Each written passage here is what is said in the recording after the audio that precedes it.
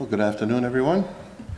Sometimes when we talk to people who find it difficult to believe in God, the reason comes from the undeniable fact that there is human suffering in every corner of this planet, in every moment of every day.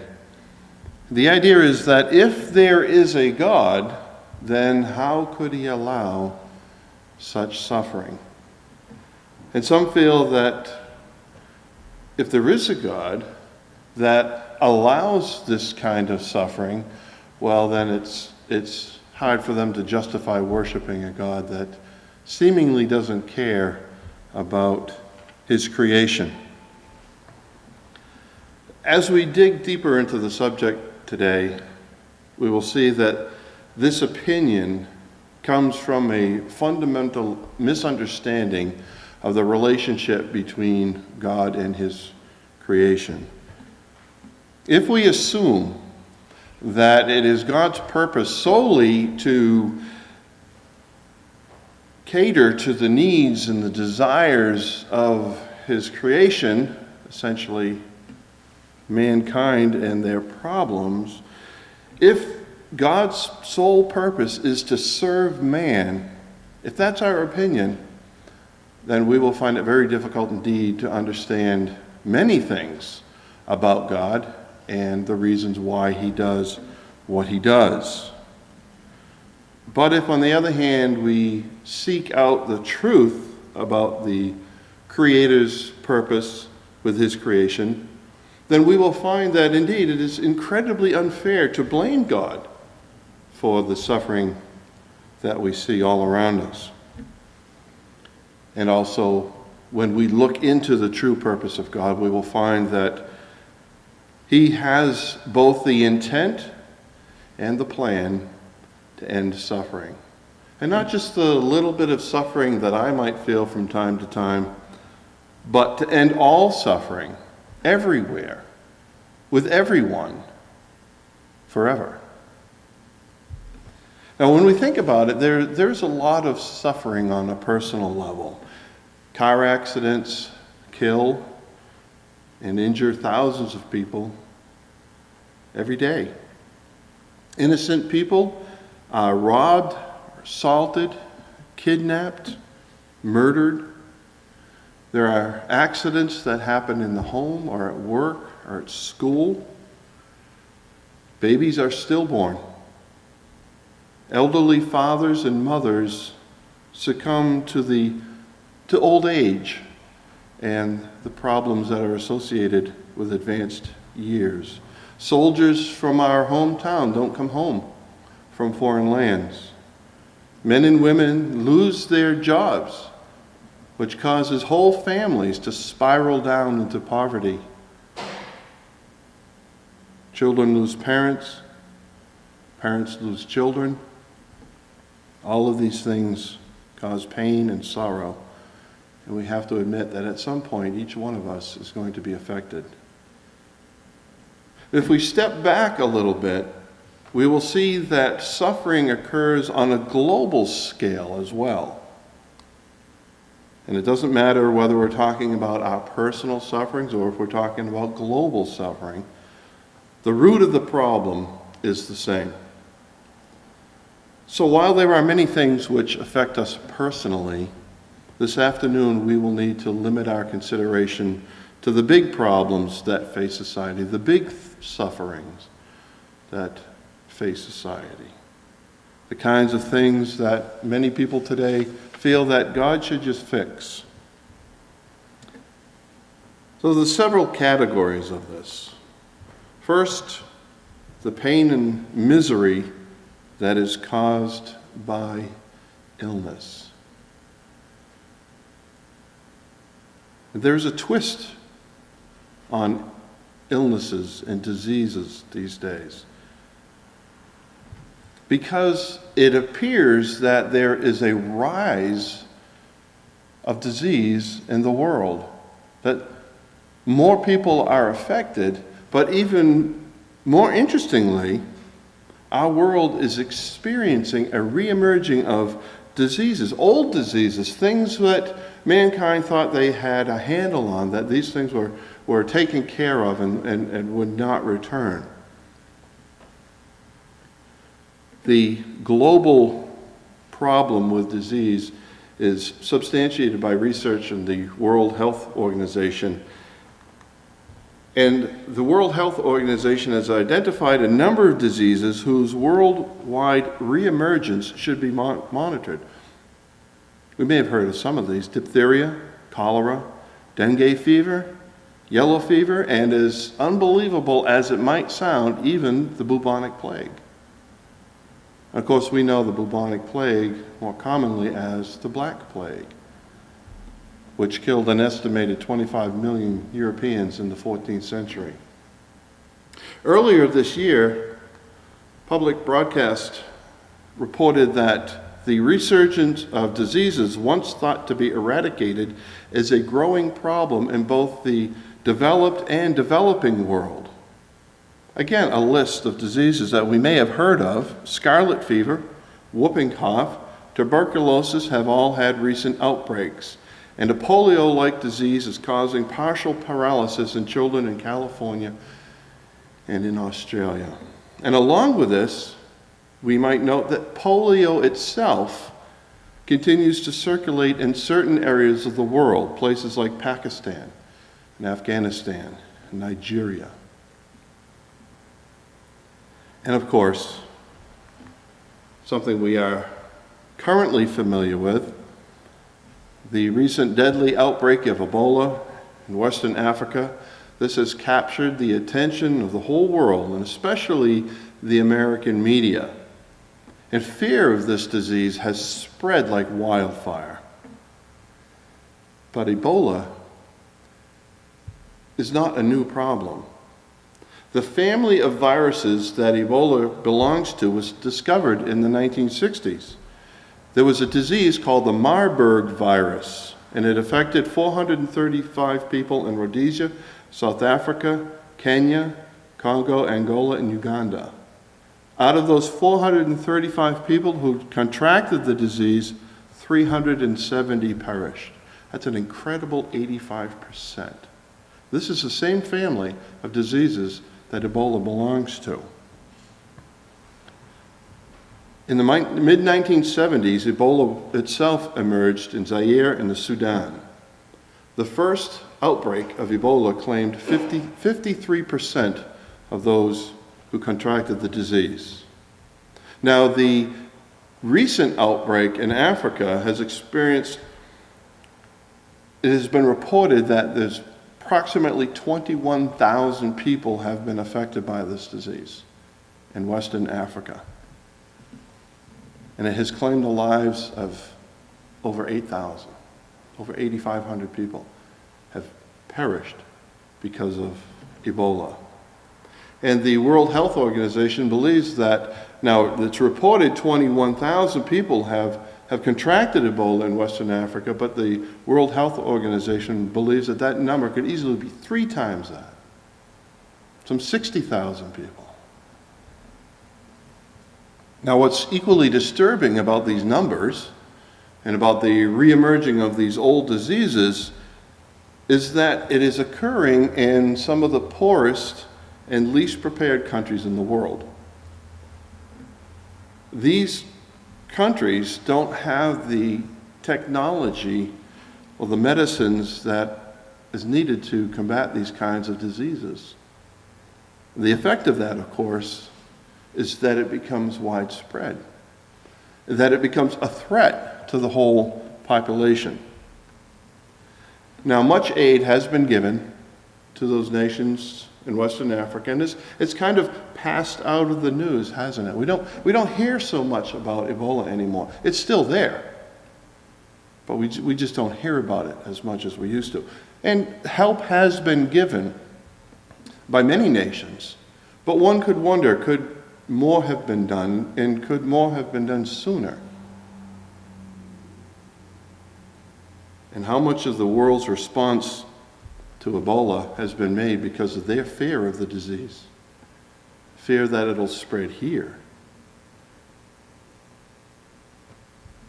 how much of the world's response has been made to protect themselves. Now, this Ebola virus was discovered again in the 1970s. So that's, 50 years ago in West Africa. And there have been outbreaks of Ebola since these years, 1976, 77, 79, 89, 90, 92, 94, 96, 97, 97, 2000, 2001, 03, 04, 07, 08, 09, 2011, 2012. These are previous outbreaks of the Ebola disease in Africa. We didn't hear about that, did we, until the last year. Why is that? Primarily because this country was threatened, in a sense. Now, in all of those years that I just outlined, 1,548 people perished from Ebola. That doesn't sound like so much. And it really, the key to understanding the effect of these kinds of diseases is not necessarily how many people contract it, although that is a problem, 21,000 to 60,000 last year. But what is the percentage of fatalities? It is very, very high compared to other diseases that pass amongst the population of the world. Ebola is a very deadly disease, as is obviously the bubonic plague. And scarlet fever and yellow fever, these are dangerous diseases. And they seem to be cropping up more and more, again, in countries that are less prepared to deal with the consequences. They don't have the funds. They don't have the doctors and the medicine to stop it before it becomes an epidemic. Those countries who are poor and unprotected from these diseases. Another category of pain and suffering is what is associated with crime and violence in our world. Now, I have recently read articles that optimistically report these statistics that show that crime and violence is on the decline, but I really kind of wonder about that. Because I have noticed, and probably you have too on the news, that coinciding with the downturn of the economy in recent years, there has been a sharp spike in reports of bank robberies, armed robberies in convenience stores, even people stealing donation jars off of the countertops in convenience stores, people breaking into unoccupied houses in order to steal aluminum and copper. Fraud, familiar with that. Identity theft, that is something that is seemingly rampant today. Financial information that is stolen through a variety of retail outlets.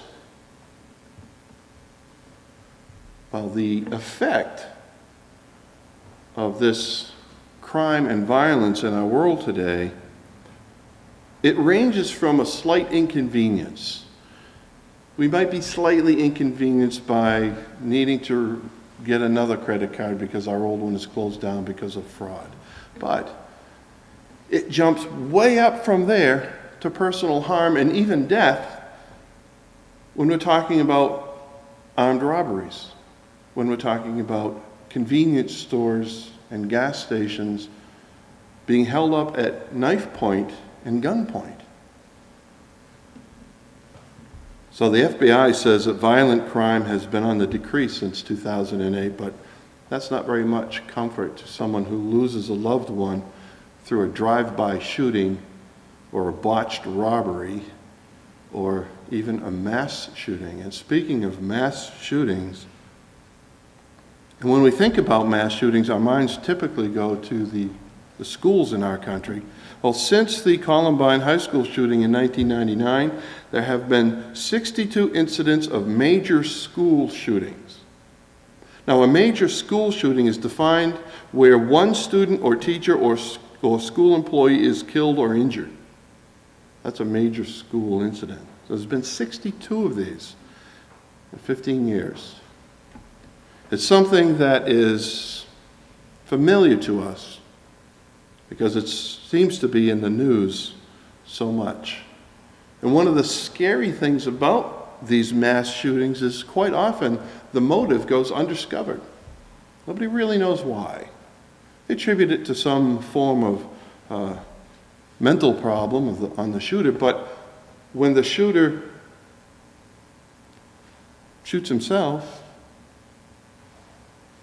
the motive goes unknown. And the rise of these types of things puts our society in grave danger. Pain and suffering associated with crime and violence. And there's an element in our society today that is fed by popular media. Violence, this aspect or element of violence and crime is fed by the media. And I don't mean to say that movies and video games are solely to blame for the violence in our times, but rather that we might consider how violence and crime can be experienced as a form of entertainment. Just one single significant example. There's a game, and I just saw an ad for it recently, the next of the series called Grand Theft Auto. And this is how this game, Grand Theft Auto, is described in one of the gamer magazines. They said, each game in this series allows players to take on the role of a criminal or a wannabe criminal in the big city, typically an individual who plans to rise through the ranks of organized crime through the course of the game. The player is given various missions by kingpins and major idols in the city underworld, which must be completed to progress through the storyline. Assassinations and other violent crimes are featured regularly.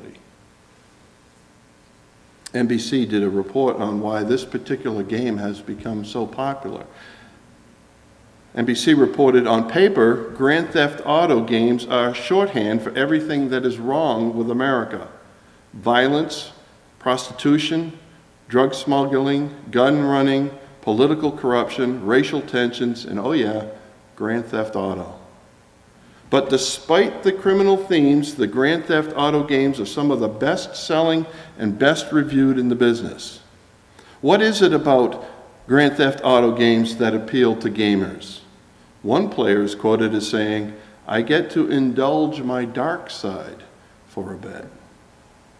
So these kinds of games encourage players to immerse themselves in a fantasy world for hours, that they might nurture the baser and more violent, hardly valiant, the baser and more violent aspect of their nature. What is the effect of this? It's a desensitizing to actual crime and violence in our society. Now, if we're talking about violence, we would have to add the suffering of war. And probably the most familiar in our day would be the conflict in the Middle East, and more specifically, ISIS. But as with Ebola, ISIS is just the most recent example. If we were to look back in history, look back just 150 years to the Civil War, the time of the Civil War, we would find that there have been 340 notable wars in that 150 years. Not in the United States, of course, but around the world.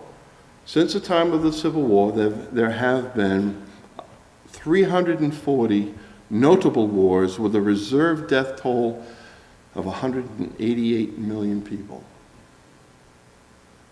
That's a lot of violence. And men's wars typically are disagreements over philosophy, whether that philosophy is political or religious. Sometimes men will fight about territory, and they often fight over money, but they call it national interest. And of course, any combination of these things. There's an element in human society of violence that is justified through war, or seemingly justified through war. But nevertheless, there is a great amount of suffering that is caused in this world on a personal level by violence and on a global level as well by violence. And unfortunately, in our society, this kind of thing is glorified. As there was the Grand Theft Auto game, there are games which glorify war. And so the young minds of our society are being fed and nurtured in violence. And therefore they are being desensitized to the problem. So now I want to add just one more element of suffering, something that contributes hugely to this in our modern times, and that would be natural disasters. So we have tornadoes, hurricanes, tsunamis, and that should look familiar to us. Earthquakes and floods. In 2013, there were 352 registered natural disasters in the world, according to the United Nations Office for Disaster Risk Reduction Data. So there's an office in the UN that monitors these kinds of things, that gathers data. And according to their data, there have been 352 in 1 year alone, major natural disasters.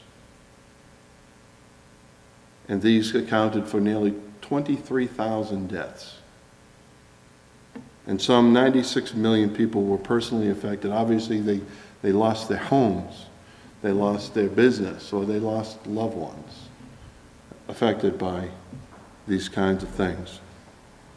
The U.S. Geological Survey reports that the occurrence of earthquakes that register between 6.0 and 8.0 on the Richter scale, so these are major earthquakes, the number of earthquakes that are between 6.0 and 8.0 have risen from just under 5 back in the mid-90s. So there were 5 a year back in the mid-90s, and has risen to 40 a year in that amount of time. So from just under 5 a year to 40 a year, these major earthquakes around the world. And hurricane trends are very, very similar. It's been determined that over the last 30 years, the number of hurricanes that rise to a category 4 or 5, so again, it's a major hurricane, a major catastrophe. The number of those hurricanes in the last 30 years has grown by 80%. That's nearly double.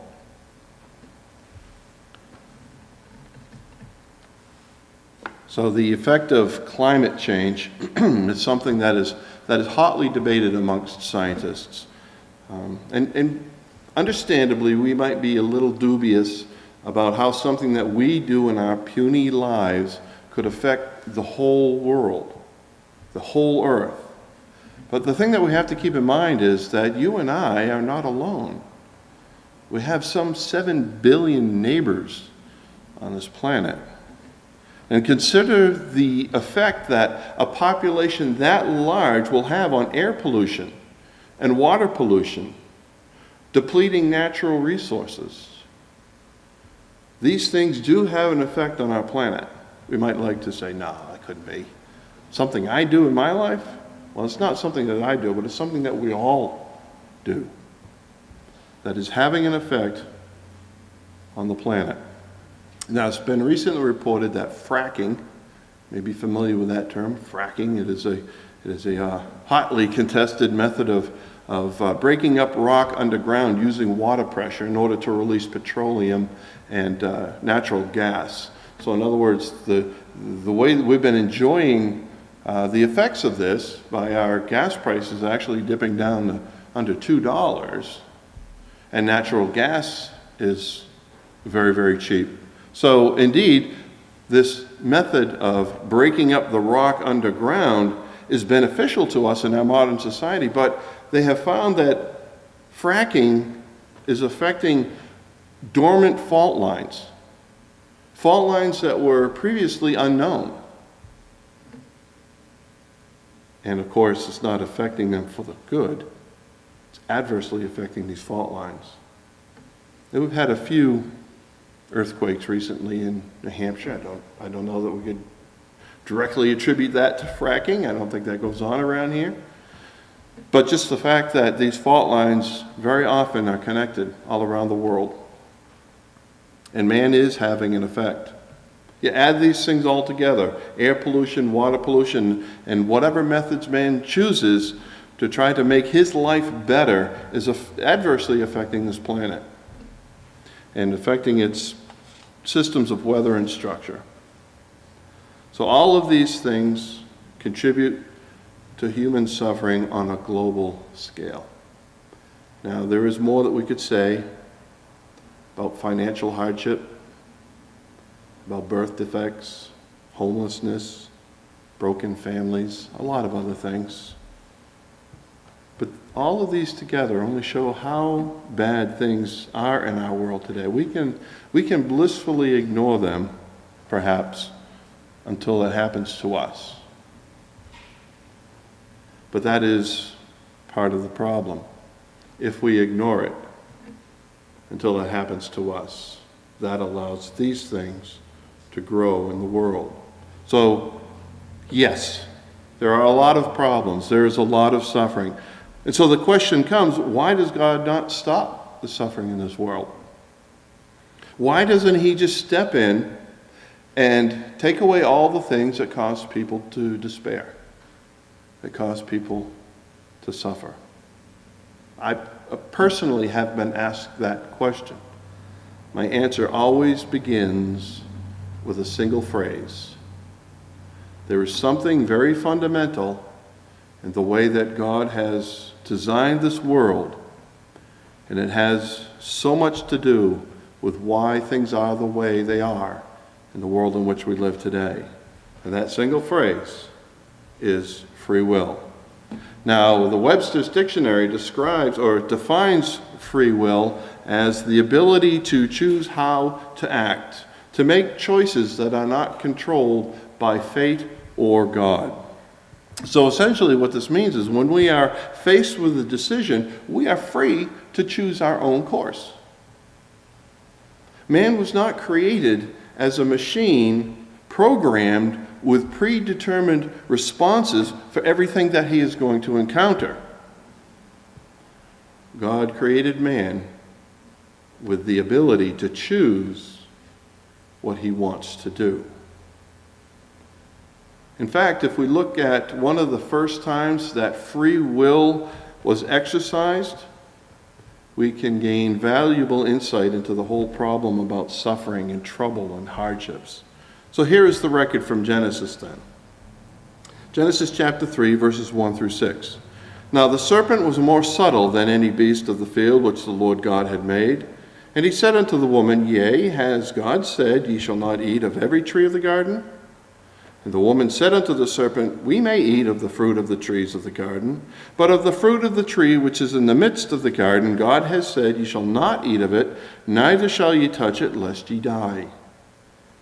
And the serpent said unto the woman, Ye shall not surely die. For God does know that in the day ye eat thereof, then your eyes shall be opened, and ye shall be as gods, knowing good and evil. When the woman saw that the tree was good for food, and that it was pleasant to the eyes, and a tree to be desired to make one wise, she took of the fruit thereof, and did eat, and gave also unto her husband with her, and he did eat. So we need to look past the fact that Eve was conversing with a snake, because the reality of that situation is not what we're talking about this afternoon. So instead, let's focus on the choice that was set before Adam and Eve. The choice where they could exercise their free will. Now, what Eve says about the fruit of the trees comes directly from Genesis chapter 2, because this is what they had been told by God. They were allowed to eat from all the trees except one. That tree was forbidden to them. And God warned them that there would be consequences if they ate of that tree. The serpent told Eve something very much different about that tree, and now she had to make a choice. She had to decide what she was going to do. God did not program Adam and Eve with automatic obedience. She could choose on her own, and she chose to disobey God's commandment. She decided to listen to the serpent and eat that fruit. She exercised her free will to choose. And Adam after her did as well. He also exercised his free will and chose also to disobey. So what follows after in the record for Adam and Eve in verses 16 through 19 of Genesis chapter 3, these are the consequences for their choice. So they have the free will to choose, but God had warned them that there would be consequence for disobedience. And these verses outline the consequences. Now look at the phrases that are highlighted there. The key words, sorrow. I will greatly multiply thy sorrow. That word means grief. And thy conception. In sorrow thou shalt bring forth children. And that means pain. I will multiply thy grief. And in pain you will bring forth children. Cursed is the ground. Again, sorrow. In sorrow thou shalt eat of the fruit of the ground all the days of thy life. Thorns and thistles. So instead of fruit, the ground would bring forth thorns and thistles, which we know there's very little you can do with thorns and thistles except burn them. They're weeds. It's not something you can eat. It's not something you can use to build. It's useless. It's a curse in itself. Sweat. In the sweat of thy face. So there will be difficulty. There will be labor involved in staying alive. And unto dust shalt thou return. And of course, that last phrase there, that is what God had warned them in chapter 2. Because he said, of the tree of the knowledge of good and evil thou shalt not eat of it, for in the day thou eatest thereof thou shalt surely die. Unto dust thou shalt return. Sorrow, pain, grief, curse, and ultimately death. These are the consequences for the choice that they had made. And so this is a point that I would like to make. God gave man free will that he might make his own choices, but there are always consequences that are associated with the choices that we make. Adam and Eve chose not to obey God, and so dire consequences came as a result of that choice. And these things that we see here in these verses, this is the root of suffering. Suffering involves grief, pain, hardship, difficulty, conflict, adversity, and ultimately death. These all came about because of a choice. A conscious decision to not obey God's commandment when he had so clearly warned them about the consequences. But he gave them free will to make their own choice. So what about all the troubles that we looked at earlier? Disease and epidemics. Well, thousands of people suffer when others choose to not concern themselves with what is going on all around them. As people, we become so focused on our own affairs that we become indifferent to things that are happening in other places, to other people, until it gets to such a point that it's either endangering us or we just simply cannot ignore it.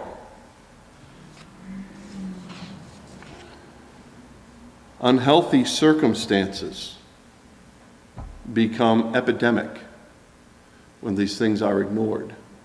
When our attention is, I really couldn't care what's going on elsewhere. I'm more involved in my own problems, my own life, what I need to do. What happens in Western Africa, it's not going to affect me. That's a very callous way of looking at it. Because lives are being affected, and people are suffering and dying because of indifference. Until, again, it becomes such a problem, I guess we're going to have to respond. I guess we're going to have to send doctors. I guess we're going to have to send money, because if we don't, it's going to come here and it's going to affect me. We make a conscious decision to ignore things that are going on in the world because we're so caught up in our own lives. Crime and violence. People suffer when other people choose a life of crime and violence. When other people choose to victimize as many people as they can. A life of working for pay is abandoned so that someone can get what they want by taking it away from other people. Lives are destroyed because selling drugs is a quick and easy way to make money. Crime is a choice that causes so much suffering. War is very much the same, because men choose to fight to preserve their philosophy, the ideology that they hold, when someone else's philosophy threatens them. That's the underlying basis for wars. The countries choose to go to war to protect either their philosophy, which in this country would be democracy, or their national interests. It's a choice. It doesn't happen by accident. And finally, natural disasters. So, as inhabitants of this earth, can we really expect that there would be no consequences for modern life? That polluting the atmosphere and polluting the water and polluting the land, that these things wouldn't cause problems? That heedless exploitation of natural resources, which often involves dangerous and destructive methods like fracking and offshore drilling, do we really think that this won't have an effect on the planet? Or do we choose not to think about it as long as gas is under $2? Well, that's the question, isn't it? But these things do have an adverse effect on the systems of our planet. Man chooses to live life oblivious to the harm that is being caused in order to maintain the standard of living that we are accustomed to. And no one is completely innocent in this. So is it fair then to blame God for the problems that we face in these days, in these modern times? Or is our situation, which seems to get worse with every passing day, the accumulating effect of the choices that mankind has made for thousands of years? And remember, again, we're not alone. There are over 7 billion people on this earth, and everyone is choosing to live the way that they want. They're living life the way they see fit without caring about consequences of the decisions that are made. It seems rather cynical, but it is true. So does that mean every time someone suffers, that he or she has made some decision that earns them that suffering, that difficulty? No. But we don't exist in a bubble. The things that we do will often affect other people's lives, even sometimes to their harm. For example, the man who chooses to rob the convenience store, which is the exercising of his free will, well, this causes hardship for others, maybe even physical harm or death. It's a consequence of the decision that he has made. It will affect his life, but it will also affect the lives of others because, again, we do not live in a bubble. And this choice that this person makes to do what he wants without regard for others, well, this is an expression of the bigger problem where mankind in general does what they want to do with little or no regard for the consequences upon themselves and upon others. Now, this atmosphere, if you will, is a lack of morality. Lack of morality is what causes this kind of situation. Because morality is what allows us to choose to choose the right instead of the wrong. So we can make a choice, but what guides us to make the right choices? Morality. Where we can exercise our free will, the free will that God has given us, to do things that are beneficial to others, things that are thoughtful, things that are positive, instead of being negligent and harmful in our decisions. When morality disappears, bad choices increase. And the consequence is that evil is compounded. And so there is more suffering. And we live in an age where we are bombarded with suffering. You cannot watch the news. You cannot read a newspaper. You cannot open a magazine, if it's a news magazine, without reading about the problems that are going on around the world. The question is, how does that affect you? Or does that affect you? Or is it simply words on a page that really have no bearing upon my life? I'm going to do what I want to do, regardless of what's happening elsewhere in the world. So the answer to the question that is posed by the title of this talk, why does God allow suffering, is that God allows suffering because he has given mankind free will and because he has established a law of consequence.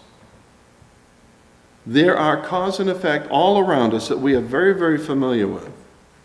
Fire burns. And if we are careless with fire, it can cause great harm and suffering. Cold can freeze. We're familiar with that at this time of year, aren't we? If we're negligent when we are exposed to cold weather, we will suffer the consequences for that. In water, we can drown. And so we're careful around water, understanding that can be a dire consequence if we ignore the properties of water. Fire burns. Cold can freeze. Water will drown. We need to be careful. We cannot be negligent. Because if we are, then there are consequences that we will likely suffer. And this is the law of consequence that was established by God.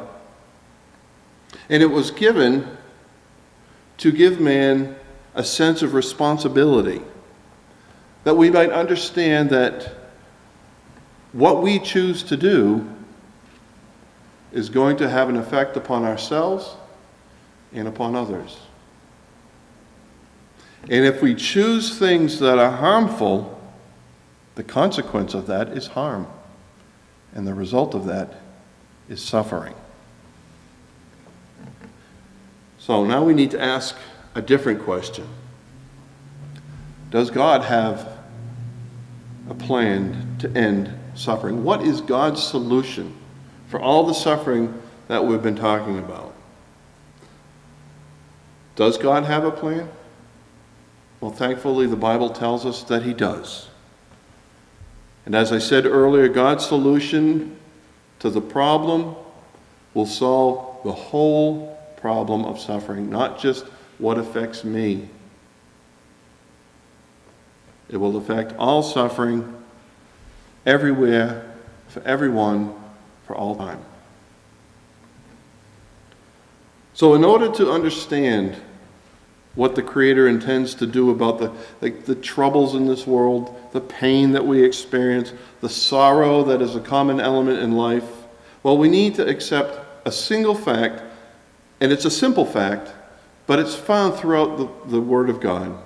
All throughout the Bible, we learn that God, the God of heaven, has a plan to establish on earth a kingdom where his law will be enforced, and he will educate people about making good choices, and he will educate people about the consequences for not making good choices. And this is something, again, that we find from Genesis to Revelation. So let's bring up just a couple of references from the Bible, show you what I'm talking about. Now, I think most of us are familiar with the Lord's Prayer that we read in Matthew 6. Notice the bold words there. Thy kingdom come. Jesus is teaching the disciples how to pray. And in that prayer, they are praying to the Father, to the God of heaven, and they say, Thy kingdom come, thy will be done on earth as it is in heaven. Now, this prayer is very well known. It's spoken over and over again every day. Well, certainly we've noticed those words before. But is this something that we have given any thought to? What does it mean? When Jesus is teaching them to pray for God's kingdom to come, for his will to be done on this earth, what does that mean? Well, in Daniel chapter 2, the Jewish prophet Daniel, who was a captive in the city of Babylon, he interprets a dream for Nebuchadnezzar the king. In his dream, Nebuchadnezzar sees a great image, and Daniel describes it to him. He says that the image had a head of gold, a chest and arms of silver, belly and thighs of brass, legs of iron, and feet that were part iron and part clay. And then Daniel goes on and identifies the metallic parts as being empires, or representative of empires that would begin with Babylon as that head of gold. Then history tells us that the Babylonian kingdom was followed by the kingdom of the Medes and Persians, represented by the chest and arms of silver. After that would come the kingdom of the Greeks, represented by the brazen belly and thighs of the image. Rome came next as the two legs of iron. And then there would come a time when there is no one world power, but a mixture of nations, some that are strong and some that are weak. And at this point in Nebuchadnezzar's dream, a stone appears, and it hits the image in the feet. And it grinds that whole image to powder. And then that stone becomes a mountain that fills the whole earth. And in verse 44 of Daniel chapter 2, the prophet identifies what that stone is. Daniel says, and in the days of these kings, that would be of the feet, shall the God of heaven set up a kingdom which shall never be destroyed. And the kingdom shall not be left to other people, but it shall break in pieces and consume all these kingdoms, Babylonian down through Roman, down through modern, and consume all these kingdoms, and it shall stand forever. So God is revealing through the prophet Daniel that he intends to establish a kingdom on this earth, that it will take away the kingdoms of men, that it will become a kingdom that will fill the whole earth. And this is what Jesus taught his disciples to pray for. Thy kingdom come, thy will be done on earth as it is in heaven. There's many, many other places that we could turn to. But this gives you an idea of what we're talking about. And there are verses that we're going to look at that will describe what that kingdom will be like. And these will show us how that God will solve the problem of suffering. And this is what we want to focus on. Because God does care. He takes no pleasure in human suffering, but he will not ignore his laws and his principles, which he set in place when he created this world. God's way of removing suffering is by improving the conditions in which mankind lives. And this isn't done with a snap of his fingers, but through the process of the establishing of his kingdom and the things which follow after. He will begin by educating mankind about the wisdom of God's ways. And he will guide men and women to make better choices. He will help men and women to consider the welfare of others, to see the long term instead of living in the moment, to understand that while there are consequences for bad decisions, there are good consequences for making the right choices and for doing the right thing. And these blessings will be many in the way that God will take away suffering. Let's start with that education. Man will be instructed in the ways of God. Isaiah chapter 2, verse 3, many people shall go and say, come ye, and let us go up to the mountain of the Lord, to the house of the God of Jacob, and he will teach us of his ways. We will walk in his paths. For out of Zion shall go forth the law and the word of the Lord from Jerusalem. So people will be eager to learn. People will seek out the ways of God. We have it now in our Bibles. And it's a great effort to read and to learn and to apply. And that's what's expected of us now. But in the kingdom age, it will be much more visible. When the king sits upon his throne, the law will go forth, and the word of the Lord will go forth, that men and women might be educated. And again, there will be an eagerness to understand, because men and women will see the blessings all around them from that kingdom, the things that God is going to offer. In Zechariah 8, verses 20 to 22, we read, thus saith the Lord of hosts, it shall come to pass that there shall come people, the inhabitants of many cities, the inhabitant of one city shall go to another, saying, let us go speedily to pray before the Lord, and to seek the Lord of hosts. I will go also. Yea, many people and strong nations shall come to seek the Lord of hosts in Jerusalem, and to pray before the Lord. Well, that has not happened in our lifetime. That has not happened in our history.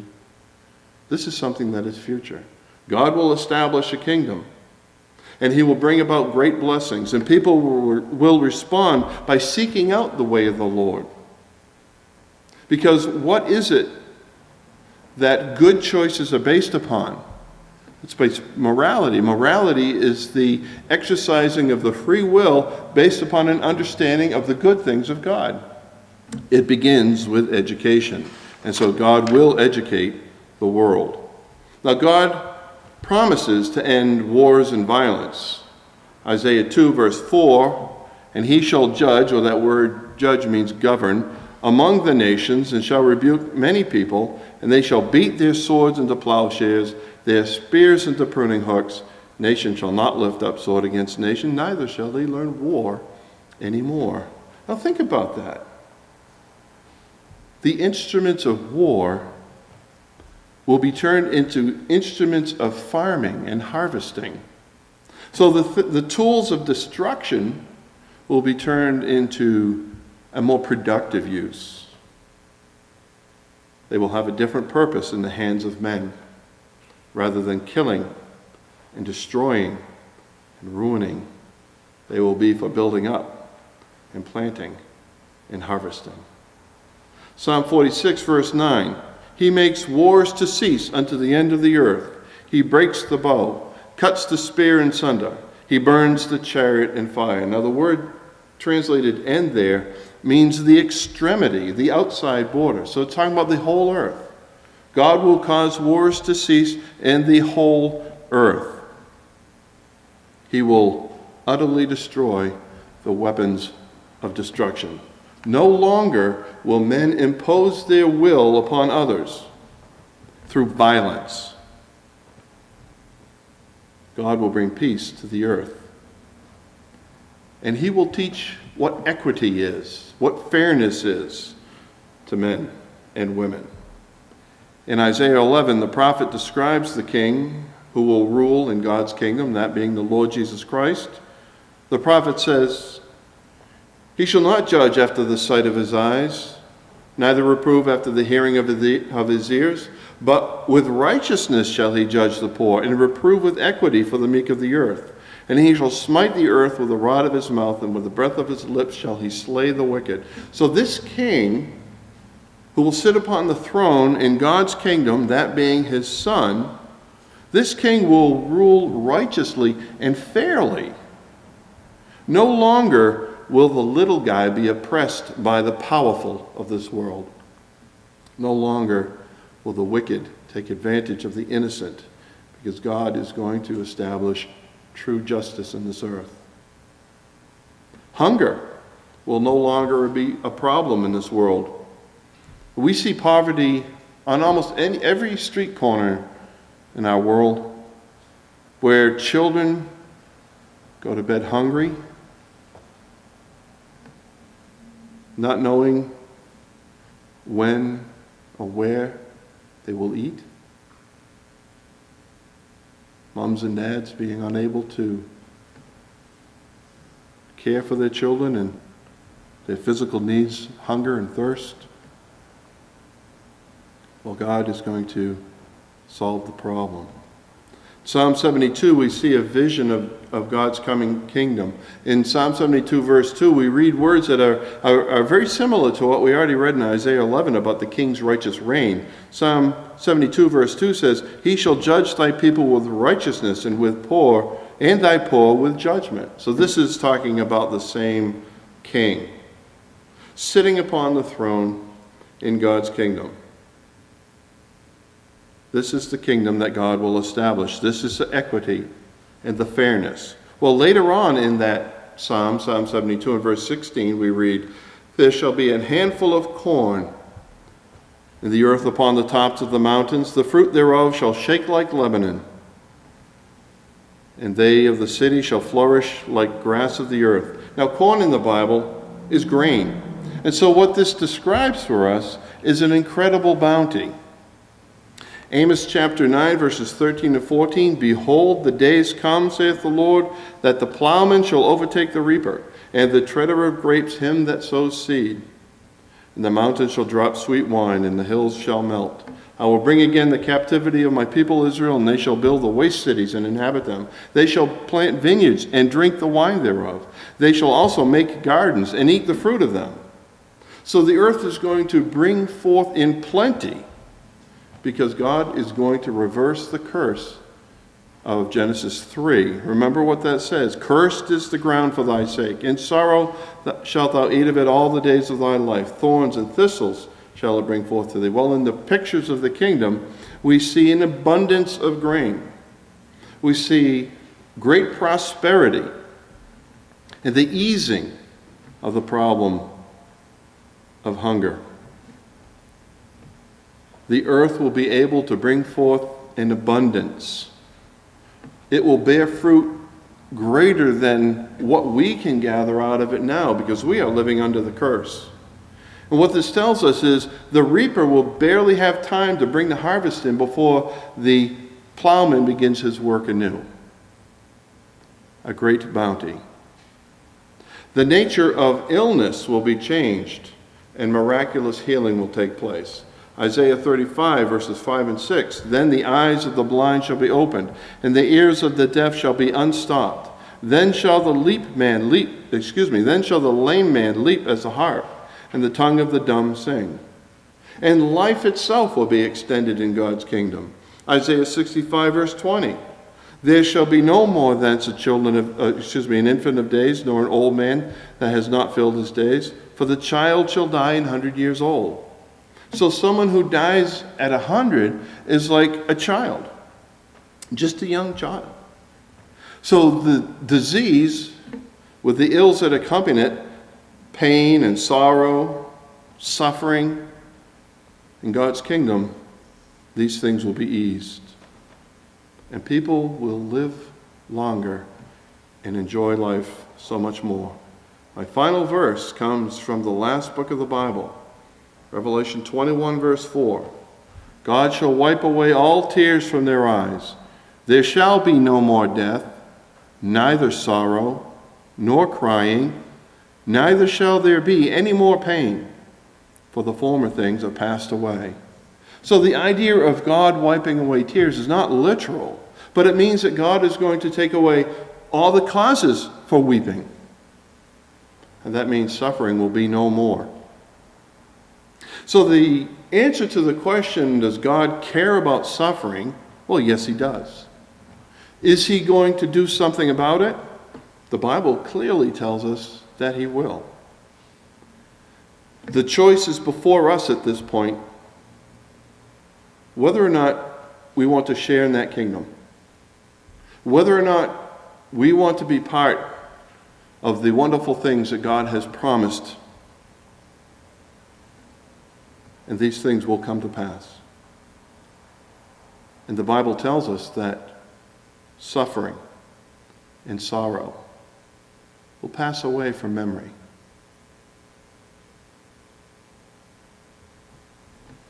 God has given us free will.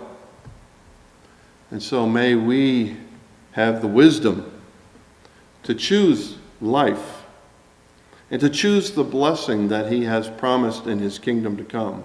So let us open up God's word then and learn more about how he intends to end suffering in this world, and discover how that we can all have a share in the things which he has promised. God does care about his creation, and he has a plan by which he intends to end suffering everywhere, for everyone, for all time.